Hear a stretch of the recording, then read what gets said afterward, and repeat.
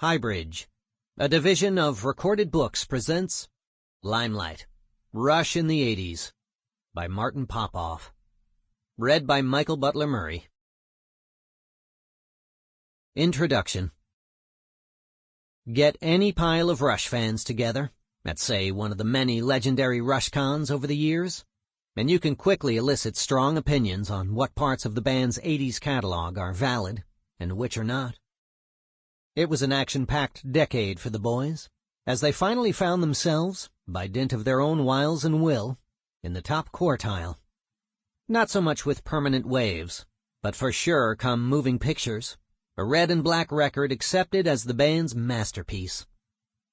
With Signals, Rush started challenging expectations.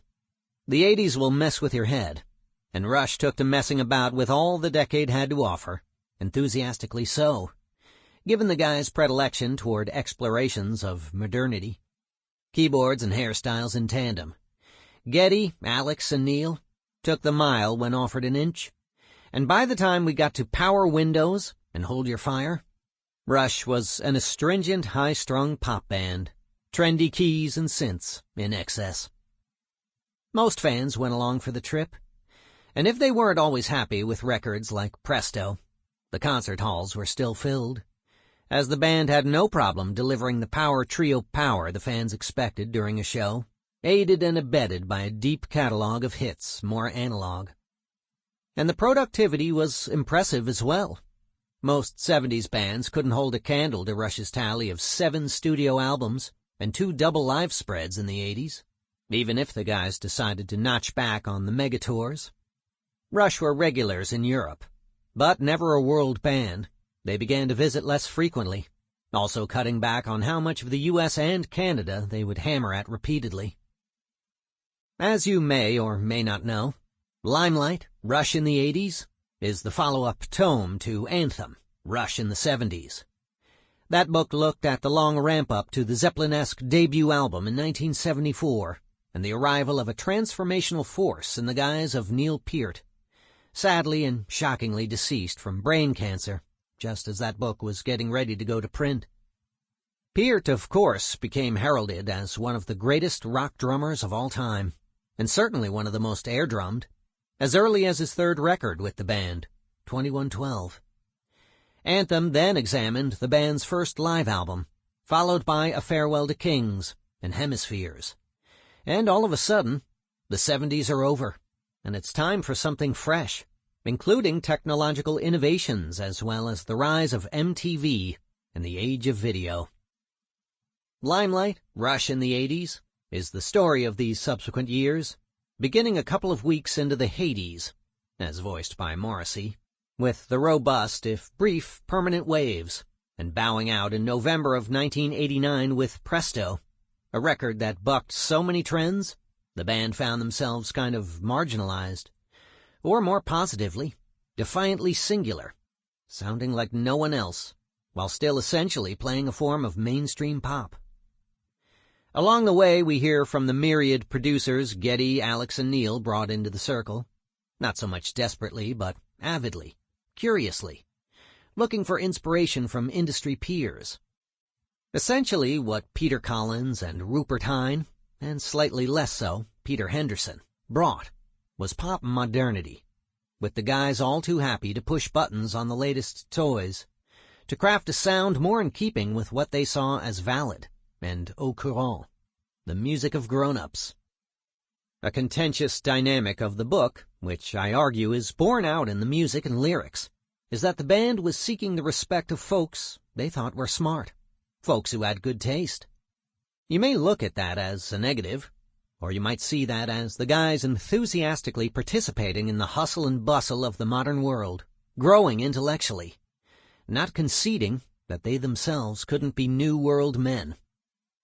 And becoming New World men meant that Geddy, Alex, and Neil would develop interests outside of music. Because after all, wasn't music itself moving toward the idea of multimedia? Toward this end, toward becoming well-rounded, in effect Renaissance men, as the 80s wore on, the guys pulled back from touring, spending more time on family, travel, and other creative pursuits. The business of Rush is very different in this book versus the first one, reflected in the vast difference between A Show of Hands and All the World's a Stage. But this isn't the end of our story, because, of course, Rush didn't stop at Presto, even if the band had slowed. More joy and much more heartbreak were to star-cross the lives of Geddy, Alex, and Neil, and the story wouldn't be complete if we didn't march forward and meet the heroes of our tale at their own individual completions. Stay tuned as we continue this loud and loving march through time toward a conclusion that now, with the recent passing of the professor, is very, very different and darker than when this trilogy began. Martin Popoff. Chapter 1. Permanent Waves. Most Promising Keyboard Player of the Year. For all the turmoil in the music industry in the late 1970s, including the changings of the guard, from rock quickly past punk into post-punk, to the recessionary year that was 1979, saved barely by the arrival of The Wall, In Through the Outdoor, and The Long Run, Geddy Lee, Alex Lifeson, and Neil Peart, a.k.a. Rush, kept moving forward from strength to strength. Their sixth album, Hemispheres, proved that the band could sell and on tour excel, despite a record that was as anti-commercial as they get. Broken Down, that record gave up a sidelong song about Greek gods and a long instrumental, leaving room for only two short pieces. One of them, heavy slide rule metal, Circumstances, and the other hummable enough, but about trees fighting each other. But the awards kept coming, allowing for even more of the autonomy and validation the band attracted. By the end of the decade, Rush was undisputedly the biggest band from Canada. Still, the band wasn't making a lot of money. Rush had moved away from the days of hit singles like Closer to the Heart and Fly By Night. But the financial situation wasn't dire, and there was a sense of generosity within the Rush camp. They wanted to give back, often playing B-city gigs that might not be particularly profitable. The band also poured a lot of their profits into making their show bigger and more extravagant, any chance they got. It's a strategy that paid off. It made Rush, a still small band in 1979 and 1980, look huge. In tandem with the band's expanding maturity as a live act was their consistent growth from record to record. Permanent Waves would demonstrate a number of advancements, but these would be subtle, and in part driven by the guys changing up the environment in which they worked. We were torn at that point with what kind of music we wanted to make in terms of its length, recalls Geddy. We had fallen into this pattern of writing these really long pieces, and that started to seem formulaic to us, predictable. Complicated musical part here, this is where we do the chorus, and it kind of got boring. So we thought we still liked to play long, complicated pieces. If we had our druthers, that's all we probably would do. And then there is the lyric thing. How do we bring that in, and how do we keep improving? So we came up with this idea of trying to make the long pieces, but have them much quicker. So over 5-6 minutes, as opposed to 20. Permanent Waves did not let up on the quick edits, the progressive virtuosity, the rapid arrival and dispersal of action points. But as Geddy says, it's almost as if the result was long songs defying the space-time continuum, somehow being as long as they've always been, but then there's time left over. Maybe that's also why Permanent Waves is such an irritatingly short album. It was a conscious thing to not write really long songs, seconds Alex, and what resulted from that would be fine. I remember that when we wrote these songs it seemed like they were songs within songs, just smaller pieces. The Spirit of Radio, for example. The sequence was a very key part to it. That led to the signature guitar riff off the top of the song. We all connected to that one thing as the center, and all these other little pieces branched out. The same thing, but much more condensed. There was something about the record that was really fresh for us, continues Geddy. It was written quickly, and the recording session was so smooth. Or maybe it was just in comparison to the horrible pain of Hemispheres. But it seemed so fresh and energetic, and there was a really good vibe to the whole session. We weren't so far from home, not so isolated from family, in a new studio. You walk in and there's this beautiful view of this lake and the Laurentian Mountains. So it was a very happy, good vibe record. And we finished it very quickly. I think 5 or 6 weeks. Leading up to the sessions at the iconic Le Studio in Morin Heights in rural Quebec, the band had taken their longest break yet. They'd had 6 weeks to recharge. The band enjoyed a rural retreat before entering the studio, with writing and rehearsals taking place at Lakewood Farms, near Flesherton, Ontario. This mirrored their approach to Hemispheres and was something they also did for the next album. The sessions ran in September and October of 1979, toward a release date of January 14th, 1980. At the farm, the gear was set up in the basement, and Neil had some space for lyric writing, which he could do in a cottage nearby. The songs were further honed during a handful of warm-up tour dates, as well as demo sessions at the Sound Kitchen, Terry Brown now presiding. It was the first album we did at Le Studio, and it was such a treat to work there, notes Alex. We set up a volleyball net and court outside of the front door of the house we were staying at, which is by the lake. We put lights up so we could come back at 2 in the morning when we were finished recording and play volleyball for a couple of hours and drink and all that stuff. It was about a mile to paddle or row from the lake to the studio from the house. That's before Le Studio became a big complex, so it had a very homey vibe to it. Owners Yael and Andre Perry were just wonderful people. We had some great dinners. I have very fond memories of it. That was a very traditional period. We had just gone from that last concept, Hemispheres, and we had been recording in England. But that one we recorded at Le Studio, but mixed it in England, at Trident. It was an attempt to condense our songs a little bit, be more economical, try to get as much as we could in that 4 to 5 minute framework, rather than 8 to 11 minutes. That became a regular thing, an obsession, says Geddy, keying in on Alex's mention of volleyball. That was one of our early introductions to sport activities. We'd finish at 1 in the morning or whatever, and we kind of perfected the art of night volleyball. And we played even in the winter. We'd have a few drinks and get a bit fortified after the session and go out on the volleyball pitch. We built light standards and had it lit so we could play at night. And sometimes we'd even play after dinner a little bit. But then we'd get back into the studio and our hands would be all swollen from punching this stupid ball. We were like, I don't know if we should be playing like this after supper. It's on a kidney-shaped lake called Lac Perry, after the founder, Andre Perry, explains Neil, as years later he walked through the burned-out ruins of the studio, at this point consigned to be taken over by nature. And at the other end there's a beautifully appointed guest house that we would stay in month after month over the years, and it's only 6 hours from home. All of us lived in southern Ontario at that time, so it was convenient. We could even have our families up to visit. It was very much a home away from home. In wintertime, I would cross-country ski between the guest house and the studio. I would get up in the morning and go cross-country skiing and then ski right into work, because all the trails link right along here.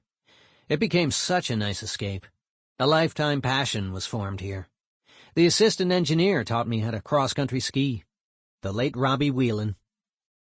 What a workplace to walk into every day, reminisces Peart. I mean, I'm a lifetime nature lover anyway. And to be exposed to this view, changing through the seasons? We worked here first time in fall, which was glorious, and then later in winter and summer and spring as well. There's a mountain that goes up opposite the guest room, dining room, and every morning we'd watch the autumn colors change on that hillside.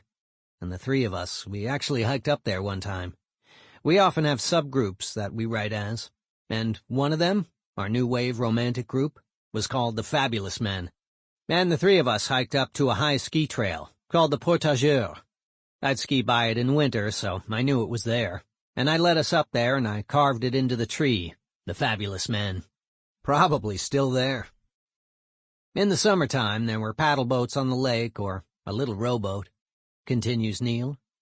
Oh, and there were Alex's radio-controlled planes. There were many stories of him crashing and us chasing them. One of them went down way across the lake in the woods, and all we heard was bzzz, crash. So we went across there in the boat with the radio control thing, and he worked the servo, and we'd all be creeping through the woods listening for a beep-beep. And sure enough, there it is up in the tree. So all kinds of personal-friendly adventures like that. And being immersed in the French-Canadian scene was, for me, life-changing. Because in 1980, I bought a cabin and have had a place here ever since. I loved the cross-country skiing and snowshoeing in the winter, and the rowing and swimming in the summer. It still really speaks to me, this area. In the autumn, of course, the colors are spectacular. There's so much history here, both personal and professional. Thinking of those first few records, Permanent Waves, Moving Pictures, Signals, and Grace Under Pressure. So much that happened here. About Permanent Waves, Neil says, in those days we all recorded together in the room, all of us. All of us were learning the song and interacting with each other's parts. So a lot of stuff was hammered out, is the best way to put it, here. By playing it over and over again. That's the way we worked in those days. Everything on the Permanent Waves record came together in a relatively short period of time, adds Geddy, surveying the whole experience, but reflecting on how prepared the band was. In fact, it was one of the most pleasurable and easiest albums for us to record. It was just one of those great writing sessions. At that time, it was still 3 of us sitting around throwing ideas together and writing together in typical garage band style. We would write 2 songs, rehearse them, take them into the studio and lay down live backing tracks. Everything just clicked. Morin Heights was beautiful, and the engineer was terrific. It all came together in a very quick and spontaneous way, which I think is reflected in the songs. Subsequently, we've tried to maintain that over the years. It's much more interesting to try to take that idea of being progressive, and not do it in a way that people expect you to be progressive, continues Geddy, further attempting to articulate what was different about the songs on this album. What is a progressive band? Oh, you do a concept album that has space involved, and here's the long instrumental portion. Here's the overture. That to me just seemed less interesting than saying, okay, let's do 10 individual songs and each one of them can be a mini concept unto itself. And it's okay that there's a thread that connects all those songs. And the thread is the concept, right? It's not the repeating melody lines or the repeating elements that keep reappearing. To me, that was a step forward. That was Rush progressing, and not just staying in the same mold we had cast on 2112. But it was a challenge. Can we write a song that's 5, 6, 7 minutes long? Those are short songs by our standards, and still deliver something really interesting musically? Is there enough time to be musically adventurous in 5 minutes, and yet tell a different kind of story? That was the whole key, and that began 10 years of experimenting. And it's a never-ending experiment, still to this day, really. Structurally, it was interesting to see if we could be very aggressive one moment, very melodic another. Still have those instrumental sections that have a climax and a peak. That's the way you would structure a 10-minute piece. But shrink it all down and see, does it sound edited together? Does it still have a flow? Does it still have a rhythm to it that feels good to listen to? Those are all the things every writer of that genre of music has to deal with. And we were obsessed with it. But I think we spent 5 weeks, 6 weeks making that record. It was just boom, boom, boom. And then we went to England and mixed it at Trident. Without the difficulty of hemispheres, we never would have found Trident Studios. So everything happens for a reason. All the crappiest experiences of your life prepare you for the next step. They came very well prepared for that album, with a lot of pre-production, says Terry, obviously pleased with the contrast to the previous project. They had spent an inordinate amount of time rehearsing, so they came to the table with things finished, as it were. We didn't spend as much time together as they spent together preparing the songs. That was a big change. It was a fun record, and it wasn't easy. It was hard from a playing standpoint, but again, they were really starting to push the envelope as players. There was a strong division between hemispheres and permanent waves, reflects Neil with respect to the compositions, even though we still had long pieces and a lot of extended arrangements and instrumentation and so on. But there was a change of attitude in the late 70s and in the music we were responding to. The spirit of radio incorporates stylistically and, again, implicitly what all that was about. And from permanent waves, that set us up to be able to do moving pictures. What we decided to do at the end of Hemispheres was realized with moving pictures. Very often that's the case. There'll be a whole album's growth necessary to take us to where we're going. And I remember a critic around that time in the 70s saying he just wished he could give us a big kick in the direction we were going. And that was a nice criticism, you know, and one of the few worthwhile ones we ever received. That was really thoughtful. I remember Geddy pointing it out to me, how great that was. He was acknowledging that we were going in the right direction, but it was taking too long. When they came up with the material for permanent waves, it was pretty exciting, says Terry, because it was so different. But I hadn't had the conversation. We need to come up with something shorter or more concise or different. Hemispheres was a hard record to make, and it drained everybody creatively, so it seemed only natural that the next record was going to be quite different. You couldn't do two of those in a row. The engineering credit on Permanent Waves went to Paul Northfield, who begins his long association with the band at this point. It was September of '79, and I was working in Morin Heights, Le Studio. At that time, the studio's reputation was built on not just the equipment, but the people who worked there. Its reputation had already started to rise, as there had been some great hard rock records done there. And it was convenient. It's in Canada, and it's a beautiful area. When people came to the studio, either myself or Nick Blagona, the other engineer, would be assigned to engineer the projects. There would be myself and an assistant, and in this case it was Robbie Whelan. In terms of Paul's history, he explains, "In the case of the studio, I was hired because of my credentials, because I'd worked in London for 4 or 5 years, and I'd gotten a track record of working with people like Gentle Giant, Emerson, Lake and Palmer, and Yes, and to some degree Steve Howe. I had a resume, so I think they suddenly saw an opportunity to have somebody in the mix who had a different point of view, and a point of view they really liked. And people often used house engineers.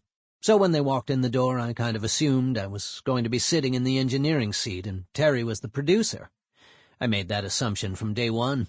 And I sat down and talked to them about it. This is how things work out here. This is a good place to set up drums. And I think in that moment I probably sold them on the idea of, oh, okay, let's have Paul sit in the engineering seat and Terry will sit in the producer's seat and this will be a change. It wasn't until later that I realized Terry did a lot of the engineering himself. That's the way it was. I guess at the end of the day they probably came and met me and realized I had a lot of experience that might be interesting to bring to the table. And so Terry decided to take the producer's seat rather than doing both jobs. And we worked from there. I did all the hands-on stuff, and he would be overseeing the whole project as a producer often does. There was a lot of camaraderie with the band and with Terry, continues Northfield. It was very much like a boys' club. Becoming part of the recording process with Rush was entering into their world. Because they spent so much time together on the road, working a ridiculous amount of time, and when they were not on the road, frequently either writing or recording. They had a sort of insularity about their environment, and so obviously that included Terry, and subsequently included us, myself and Robbie. We would often eat with them, most times, actually, for dinner. Essentially for 2 months during the recording from beginning to end. We were recording 12 hours plus a day, 7 days a week. So that's the atmosphere at the time. About his role as engineer on Permanent Waves, Paul says, I made a lot of suggestions as to what the best places in the studio were, because I knew the room and the basic setups and the idiosyncrasies of the equipment we had. Because at that time there wasn't the same level of standardization you have now in studios. And there wasn't the rental aspect of recording. Now you can pretty much go anywhere and have any equipment. And if you don't have it, you can get it within a day or a few hours. You can have it shipped to you as a day rental. That didn't exist then. Each studio had its particular strengths and weaknesses, and those contributed toward how records sounded. And even the monitoring and speakers we used, we were mixing and recording using very large speakers that were mounted in the wall, in the ceiling, above the control room window. And that has a profound impact on the sound. There was no uniformity. These days there is relative uniformity. If you don't like the speakers when you walk into the studio, sitting on the console, you go and get the ones you like. But those small, high-quality speakers didn't really exist in '79. That's not to say none existed, but it wasn't until probably the mid-'80s or the early '80s that things like the Yamaha NS-10 became popular. But at that time, part of my role was to be like, okay, I'm familiar with this room, this is the equipment we have, these are the good things we have, try this, try that. Paul also understood the narrative the band was writing for itself, concerning the previous album and this one. It was just fairly explicit. I think they had decided they'd indulged themselves to such a degree in doing anything they wanted to do musically. If they felt like they wanted to stretch a certain section out for 5 minutes because they really enjoyed playing it and wanted to experiment with it, they just did it. I think after having done that with Hemispheres, they wanted to say all of the important things in a smaller, more concise way. And obviously it has its benefits, because it makes it easier and more accessible for people. If they want to be heard on the radio, it's very hard to play a 12-minute song and get any airplay. Although that seemed to be very secondary. Paul continues, it seemed to be the challenge of being able to say something concisely that appealed to them. They were very much an idealistic band. Probably driven by the fact that in the early days, when they did what other people said, it always went invariably wrong. And when they just did what they wanted to do, they got a really great response from their fans and their career blossomed. So they were very idealistic about what they did. Now we're doing this because we want to. This is the direction we're going because we enjoy it. Their desire to change and be different and challenge themselves was even down to the recording process. I remember it driving me a little crazy in the early days for moving pictures and permanent waves. They had this idea that whenever we recorded anything, even if we got it and everything sounded good, particularly the drums, then we would change all the microphones on the next song, for the purpose of not wanting to repeat themselves and to be creative, which in theory is very interesting. In practice, there are certain microphones that are really excellent for doing certain jobs. So to change them for creative reasons, for change's sake, was actually like, oh really? Some of it may have been a certain naivete, but it was very heartfelt. This is what they do. They're not really interested in conforming to anybody else's preconceived ideas of what they should or shouldn't do. Paul says Geddy took a particular interest in the production side of things. Yes, Geddy did take a more hands-on approach. He was there all the time, sort of watching, sitting at the side, present pretty much every step of the way.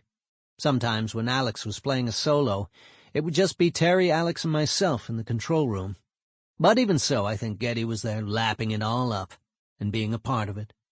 He was like a sponge, trying to suck up everything that was going on in the studio. He was there in the control room for almost every minute of making permanent waves and moving pictures. One other thing about Geddy, he was the first bass player I've worked with that came in with an overdrive kind of amp sound. Although Chris Squire was also doing that at that time, using a Marshall head and a Marshall 4x12 for the growl part of it. That may have also been a bit of an inspiration for Geddy, because they were both Rickenbacker players. But Paul and Geddy never really talked about Yes. Northfield says that was more an unspoken thing. The fact that Rush were playing progressive music, albeit a more metal-driven kind. They really liked the arrangement depth that was there with the best of the progressive stuff, and the experimentalism and the indulgence that works both ways. It can be indulgent in a negative way, but also liberating. It's like creatively you just do what you like rather than what is formulaic and what fits for a pop song or a successful song. You go, I love the way this thing plays. I love playing this riff. I want to play it for 5 minutes because I love it. Extended jams, even if they're highly structured, they're part of what Rush was all about. That ignoring the formulas of the record business, to just do what they liked doing, and what they were getting a response from their audience with. Geddy came in with his bass sound and with his attitude and his playing and was looking for us, Terry in the new studio and me, to actually capture that, and sort of surprise them maybe with something new. Addressing Geddy's temperament, Northfield reflects on his humor and his focus. which kind of flipped back and forth. 1 minute he's being very relaxed and irreverent when... Sample complete. Ready to continue?